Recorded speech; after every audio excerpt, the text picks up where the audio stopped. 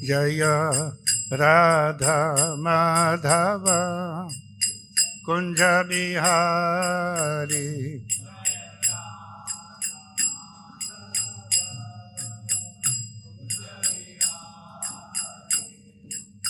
Gopijana Vallabha Girivaradhari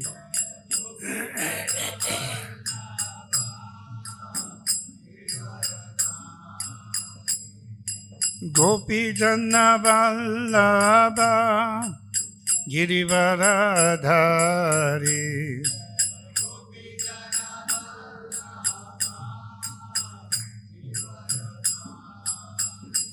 Jai Radha Madhava Kunja Bihari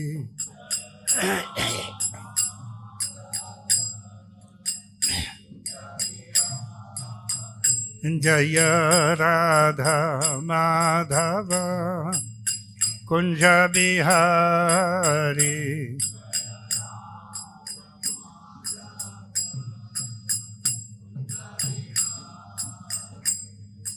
Gopijana Vallabha Girivaradhari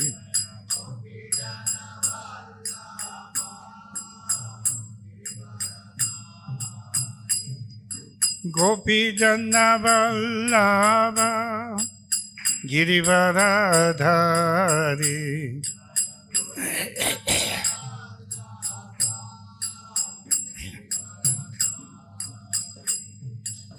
Jasodanandana Vrajajanaranjana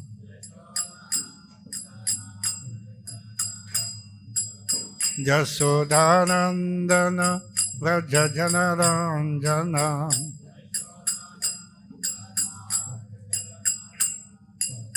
Jamunatira Vanachari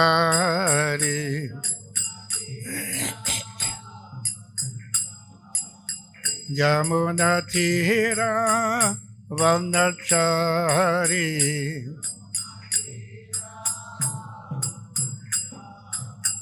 Jaya Radha Madhava Kunja Bihari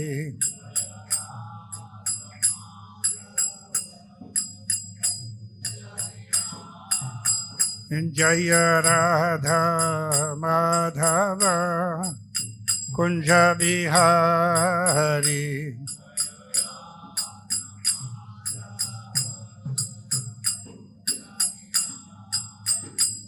Hare Krishna Hare Krishna Krishna Krishna Hare Hare Hare Rama Hare Rama Rama Rama Hare Hare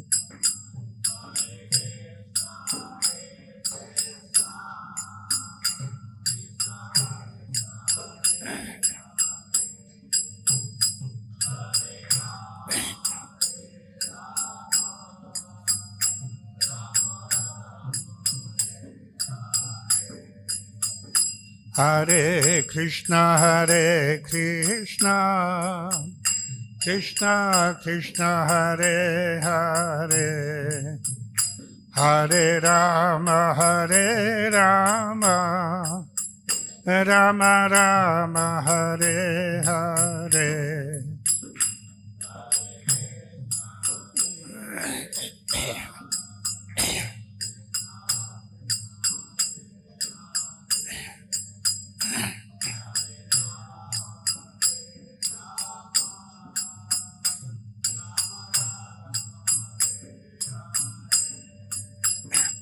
Hare Krishna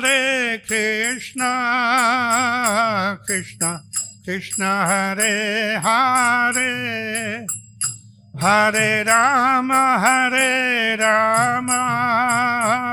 Rama Rama Hare Hare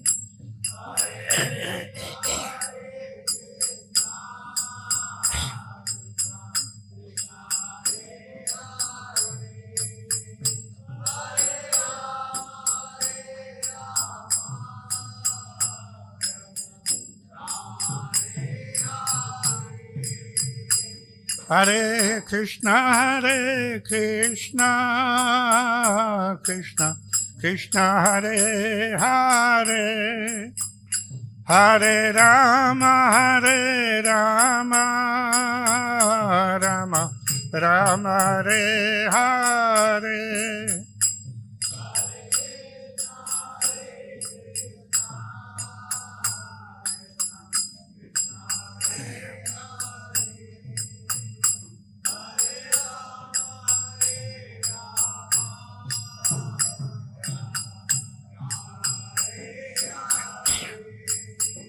Jaya Prabhupada, Jaya Prabhupada, Jaya Prabhupada, Jaya Prabhupada.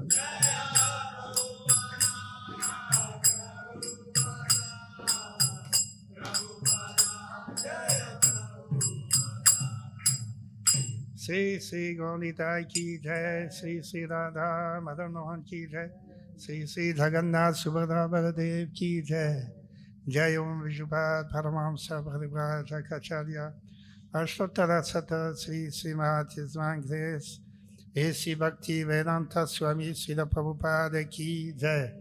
Jai Om Vishupad Paramahamsa Bhadivraja Kacharya Ashtotara Sata Sri Srimati Grace Srila Bhakti Siddhanta Saraswati Goswami Maharaj Srila Prabhupada ki jai. Ananta Koti Vaishnavana ki jai. Namacharya Srila Haridas Thakur ki jai.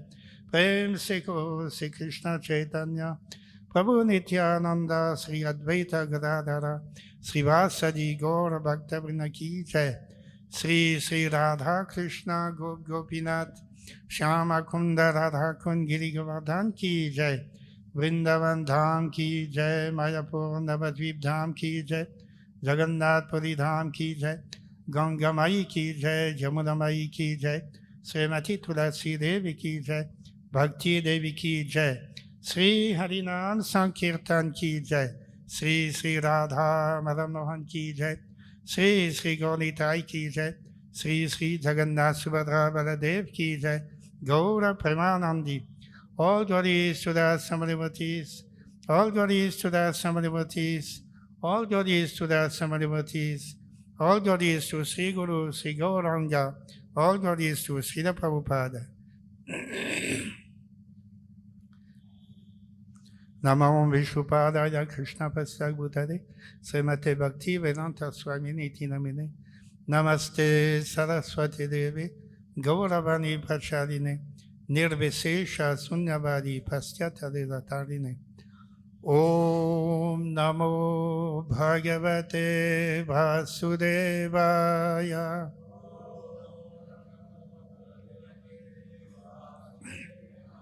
Om Namo Bhagavate Vasudevaya.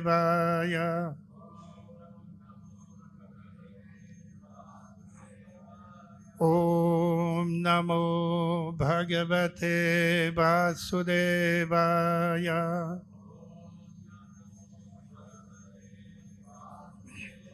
Narayanam Namaskritya Naram Chaiva Narottamam Devim Saraswatim Vyasam Tato Jayamudirayet Nashtaprayeshu Abhadreshu Nityam Bhagavata Sevaya Bhagavati Uttamasloke Bhaktir Bhavati Naishtiki Krishnaya Vasudevaya Devaki Nandanaya Cha Nanda Gopakumaraya Govindaya Namo Namaha. Jaya Sri Krishna Chaitanya Prabhu Nityananda Sri Advaita Gadadhara Srivasadi Gaura Bhakta Vrinda. Hare Krishna, Hare Krishna, Krishna Krishna, Hare Hare, Hare Rama, Hare Rama, Rama Rama Hare Hare. We are reading from Srila Prabhupada Lilamrita, the first volume, the chapter entitled Beyond the Lower East Side.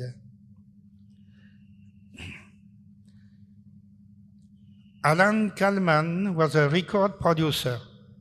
He had read the article in the East Village Order about the Swami from India and the mantra he had brought with him. When he had read the Hare Krishna mantra on the front page, he had become attracted. The article gave the idea that one could get a tremendous high or ecstasy from chanting. The Swami's Second Avenue address was given in the article. So one night in November, Alan and his wife visited the storefront. Alan says, there were about 30 pairs of shoes in the back of the room, people in the front and shoes in the back. We took off our shoes and sat down. Everyone was seated and very quiet.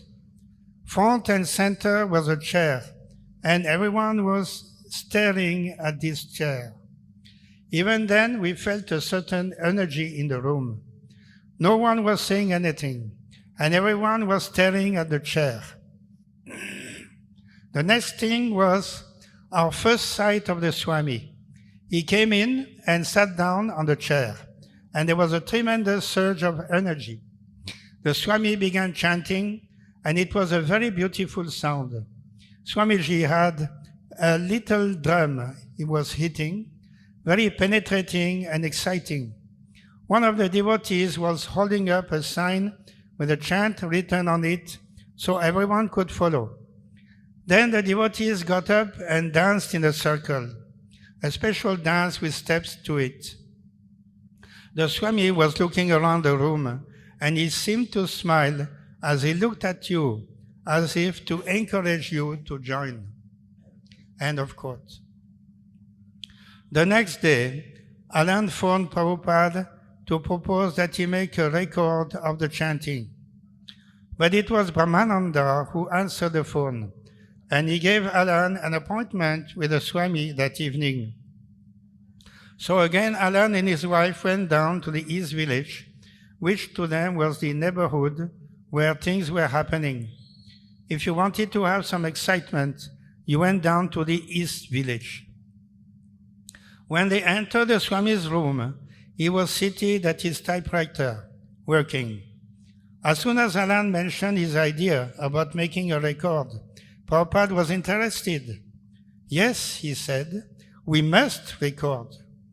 If it will help us distribute the chanting of Hare Krishna, then it is our duty. They scheduled the recording for 2 weeks later in December at the Adelphi Recording Studio near Times Square. Alan's wife was impressed by how enthusiastically the Swami had gotten to the point of making the record. She says, he had so much energy and ambition in his plans. It was the night before the recording date. A boy walked into the storefront for the evening kirtan carrying a large two-headed Indian drum. This was not unusual, as guests often brought drums, flutes, and other instruments. Yet this time Swamiji seemed particularly interested. The boy sat down and was preparing to play when Prabhupada motioned for the boy to bring him the drum. The boy did not move. He wanted to play it himself. But Brahmananda went over and said, Swamiji wants to play the drum. So the boy gave in. Brahmananda says, Swamiji began to play, and in his hands were just dancing on the drum. Everyone was stunned that Swamiji knew how to do this. All we had seen was the bongo drum, so I thought it was the proper Indian drum. But when this two-headed drum came out of nowhere and Swamiji started playing it like a master musician. It created an ecstasy 100 times more than the bongo drum had. End of quote. After the kirtan, Prabhupada asked the boy if he could borrow the drum for the recording session the next night. The boy at first was reluctant, but the devotees promised to return his drum the next day. So he agreed and said he would bring the drum the next evening. When he left the storefront that night with his drum under his arm, the devotees thought they would never see the boy or his drum again. But the next day, a few hours before Swamiji was to leave for the studio, the boy returned with his drum. It was a cold December night.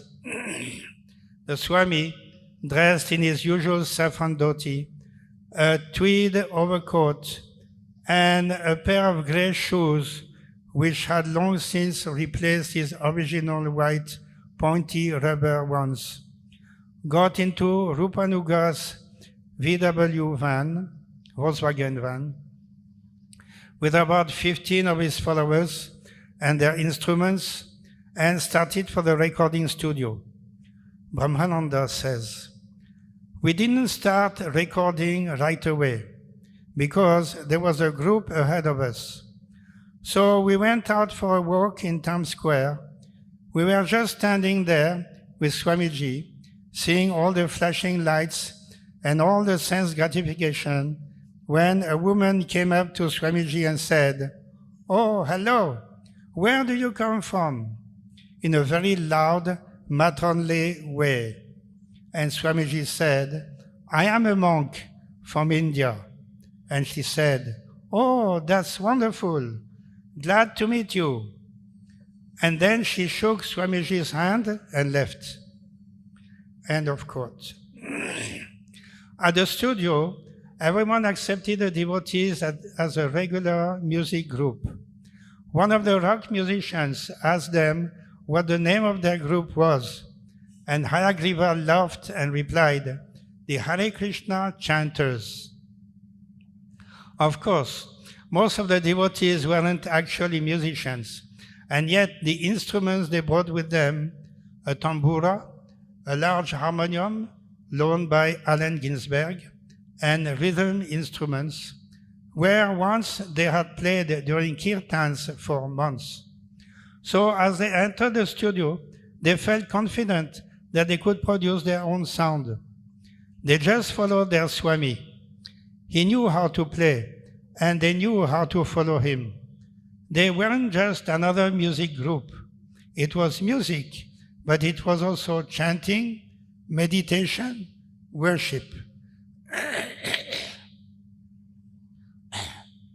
Prabhupada sat on a mat in the center of the studio, while the engineers arranged the microphones and assigned each devotee a place to sit according to his particular instrument. They asked for only 2 pairs of kartals, and they approved of the pairs of rhythm sticks, but they wanted several devotees clapping their hands. Rupanuga's usual instrument was a pair of brass Indian bells with the tongues removed. And when the engineer saw them, he came over and said, "Let me hear that." Rupanuga played them and they passed. Since Ravindra Swarup would be playing the drone on the harmonium, he sat apart with his own microphone, and Kirtanananda also had a microphone for the tambura. When the engineers were satisfied, they cued the devotees, and Swamiji began chanting and playing his drum. The cymbals and sticks and clapping hands joined him, and the chanting went on steadily for about 10 minutes, until an engineer came out of the glass studio and stopped them. Brahmananda was clapping too loudly, creating an imbalance. The engineer went back into his studio, put on his headphones, balanced everyone, and cued them for a second take. This time it was better. The first sound was a tambura with its plucked, reverberating twang. An instant later, Swamiji began beating the drum and singing, Vandeham Sri Guru. I think this is the music we hear every morning, every day. Then the whole ensemble put out to see the tambura, the harmonium, the clackers, the cymbals, Rupanuga's bells, Swamiji's solo singing, pushing off from their moorings, out into a fair weather sea of chanting, Lalita Sri Visakam Vitanscha. Swamiji's voice in the studio was very sweet. His boys were feeling love, not just making a record. There was a feeling of success and union, a crowning evening to all their months together. Sri Krishna Chaitanya Prabhu Nityananda. After a few minutes of singing prayers alone, Swamiji paused briefly while the instruments continued pulsing, and then began the mantra, Hare Krishna, Krishna Krishna, Hare Hare, Hare Rama, Rama Rama, Hare Hare. It was pure Bhaktivedanta Swami, expert, just like his cooking in the kitchen, like his lectures. The engineers liked what they heard. It would be a good take if nothing went wrong. The instruments were all right, the drum, the singing, the harmony was rough, but this was a special record, a happening. The Hare Krishna chanters were doing their thing, and they were doing it all right. Alan Kalman was excited. Here was an authentic sound. Maybe it would sell. After a few rounds of the mantra, the devotees began to feel relaxed, as though they were back in the temple, and they were able to forget about making mistakes on the record. They just chanted, and the beat steadied into a slightly faster pace.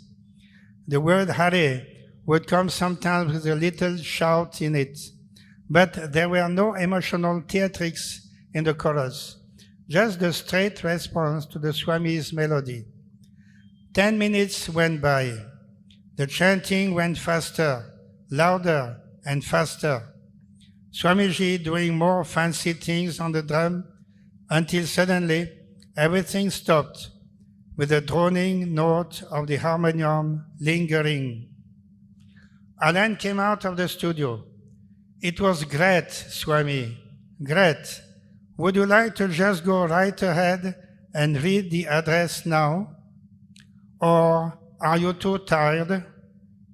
With a polite concern, pale, befreckled Alan Kalman peered through the thick glasses at the Swami.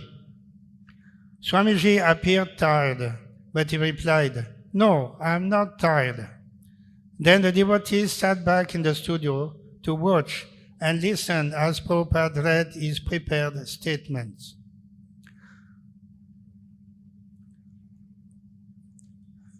As explained on the cover of the record album, the sympathetic devotees thought that Swamiji, despite his accent, sounded perfectly clear, reading from the script like an elocutionist. This transcendental vibration, by chanting Hare Krishna, Krishna Krishna, Hare Hare, Hare Rama, Rama Rama, Hare Hare, is a sublime method for reviving our Krishna consciousness. The language was philosophic, and the kind of people who usually walked out of the temple as soon as the kirtans ended, before the Swami could even speak a word, would also not appreciate the speech on their record album. As living spiritual souls, Swamiji preached, we are all originally Krishna-conscious entities, but due to our associations with matter from time immemorial, Our consciousness is now polluted by material atmosphere. The devotees listen submissively to the words of their spiritual master, while at the same time trying to comprehend the effect this would have on the audience. Certainly, some people would turn it off at the very mention of a spiritual nature. Swamiji continued reading, explaining that the chanting would deliver one from the sensual, the mental, and the intellectual planes and bring one to the spiritual realm. We have seen it practically, he continued. Even a child can take part in the chanting, or even a dog can take part in it. The chanting should be heard, however, from the lips of a pure devotee of the Lord. And he continued reading on to the end. No other means, therefore, of spiritual realization is as effective in this age as chanting the Mahamantra, Hare Krishna, Krishna Krishna, Hare Hare, Hare Rama, Rama Rama, Hare Hare. Alan again came rushing out of the studio. It was fine, he said. He explained that they had recorded a little echo into the speech to make it special for the listener. Now he pushed back his glasses with his finger. We've got about 10 minutes left on the side with the speech. Would you like to chant again? Or is it too late, Swamiji? Prabhupada smiled. No, it was not too late. He would chant the prayers to his spiritual master. While his disciples lounged around the studio, watching their spiritual master and the technical activity of the engineers behind the glass, Prabhupada began singing. Again the harmonium's drone began, then the tambura and drum, but with a much smaller rhythm group than before.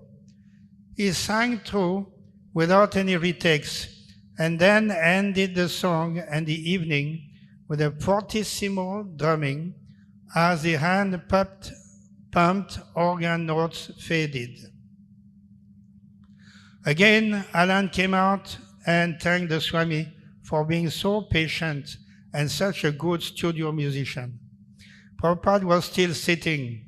Now we are tired, he admitted. Suddenly, over the studio sound system came a playback of the Hare Krishna chanting, complete with echo. When Prabhupada heard the successful recording of his chanting, he became happy and stood and began dancing, swaying back and forth, dipping slightly from the waist, his arms upraised in the style of Lord Chaitanya, dancing in ecstasy. The scheduled performance was over, but now Swamiji was making the best performance of the evening from his spontaneous feelings. As he danced, his half-asleep disciples became startled and also rose to their feet and joined him dancing the same style. And in the recording booth behind the glass, the engineers also raised their hands and began dancing and chanting. Now you have made your best record, Swamiji told Mr. Kalman as he left the studio for the freezing Manhattan evening. Swamiji got into the front seat of the Volkswagen bus while the Hare Krishna chanters climbed into the back with their instruments, and Rupanuga drove them back home, back to the Lower East Side. The next morning, Prabhupada did not get up. He was exhausted. Kirtanananda, who was personally serving him, became alarmed when the Swami said something about his heart skipping and about not being able to move. For the first time, it became apparent that he was overexerting himself. Kirtanananda thought back through the fall and summer, when the Swami had led them all on hours-long kirtans in the park or on late evening ventures. They had come to take it for granted. But now Kirtanananda saw that there was cause to be worried for Swamiji's health. Swamiji had no appetite for lunch, although by afternoon he regained his appetite and usual activity. That same day, a letter arrived from Mukunda in San Francisco. Not long after their wedding, Mukunda and Janaki had left for the West Coast. Mukunda had told Swamiji that he wanted to go on to India to study Indian music, but after a few weeks in southern Oregon, he had ended up in San Francisco. Now he had a better idea. He wanted to rent a place and invite Swamiji to come and start his Hare Krishna movement in the Haight-Ashbury district, just as he was doing on the Lower East Side. He said that the prospects there for Krishna consciousness were very good. On hearing this, Prabhupada began unfolding his expansive plans. They should open temples, not only in San Francisco, but one by one, all over the world, even in Russia and China, and print the Bhagavad Gita in different languages. And he would translate all the volumes of Srimad Bhagavatam into English and take a party of devotees back to India. The devotees who heard him were amazed. Kirtanananda, who had seen the alarming symptoms of Prabhupada's ill health, began to forget what he had taught earlier that morning. If Krishna desired, Kirtanananda taught, Swamiji could do anything. When Prabhupada came down to hold his morning class on November 19, he carried a large red book instead of the usual brown one. But no one noticed the difference. He began, as always, softly singing prayers to his spiritual master and accompanying himself with a faint rhythm on his bongo. The neighbors were still asleep. The weather was cold, but the steam radiators kept the storefront warm. There would be no more outdoor chanting now. In Manhattan, the city opens wide in the summer and shuts tight in the winter, which for the evening classes meant no more noisy children outside the door. And although the morning classes had always been quiet, even in the summer, now with winter approaching, the group became a tighter, more committed core of sincere students coming together to hear Swamiji speak. It was now 4 months since he had begun Iskcon at 26 Second Avenue. He had held 3 separate initiations and initiated 19 devotees. Most of them had become serious, although a few remained casual visitors. Now, in these morning classes, Swamiji wanted to instruct them more about how to become devotees. He led the chanting of Hare Krishna for 20 minutes, cautioning them to respond softly so that the neighbors would not pour water through the ceiling again, although they had not done it lately. Prabhupada always tried to cooperate with the tenants, but occasionally someone would start a petition, which never amounted to much, against the devotees. Sometimes Prabhupada would help the landlord, Mr. Chetty, by taking out other tenants' garbage or just giving him a hand. Mr. Chetty was a husky, beer-bellied Polish refugee who lived alone in an apartment on the first floor. Mr. Chetty respected the Swami for his age and scholarship, and Swamiji was always amiable with him. Whenever Mr. Chetty came to the apartment, he would never take his shoes off, and Prabhupada would always say, "That's all right, that's all right." And one time, when the plumbing did not work in Prabhupada's apartment, Prabhupada went downstairs and took a shower in Mr. Chetty's apartment.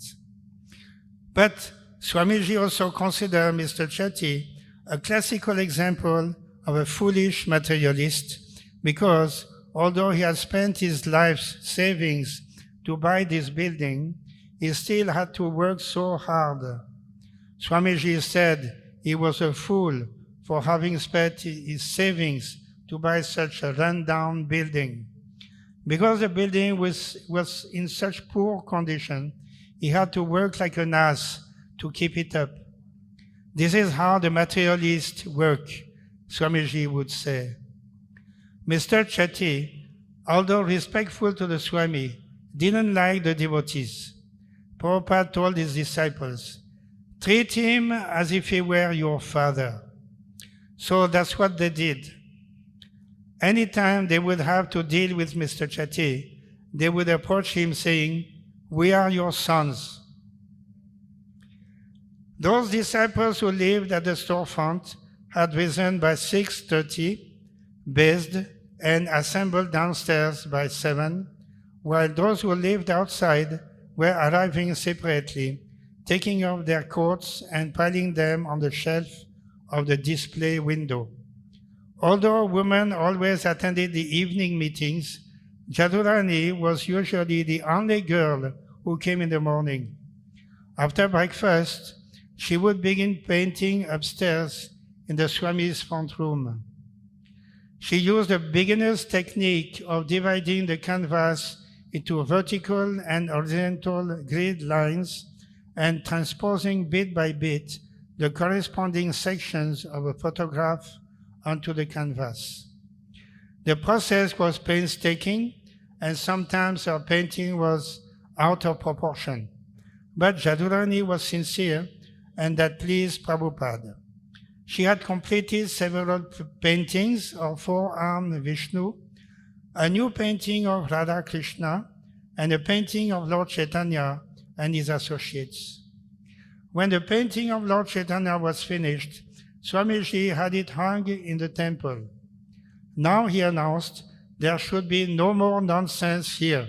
Lord Chaitanya is present. After the morning kirtan, Swamiji said, as usual, now chant one round. They chanted together, following him.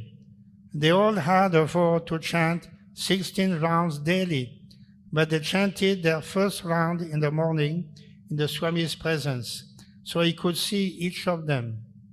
As Swamiji chanted, he looked out at 2nd Avenue, which was mostly deserted, or at the pictures on the wall, or with concerned glances at the individual devotees. Sometimes he seemed surprised when he saw them chanting so earnestly, giving evidence of the power of the holy name to deliver even the most fallen. Some of the devotees kept their beads in a bead bag like his, but when they chanted the first round together in the morning, they imitated him by holding their beads out in both hands and chanting along with him, Hare Krishna, Krishna Krishna, Hare Hare, Hare Rama, Rama Rama, Hare Hare, until they finished one round.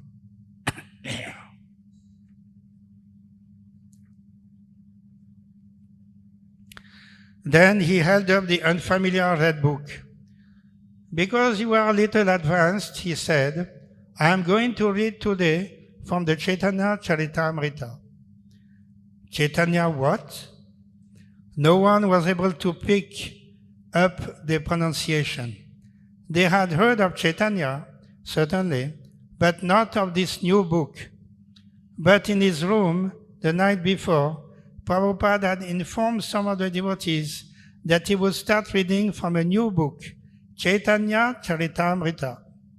He said that Lord Chaitanya had told one of his disciples that understanding Krishna wasn't really possible, but that he would give the disciple just a drop of the ocean of Krishna consciousness, so that the disciple would then appreciate what the whole ocean would be like.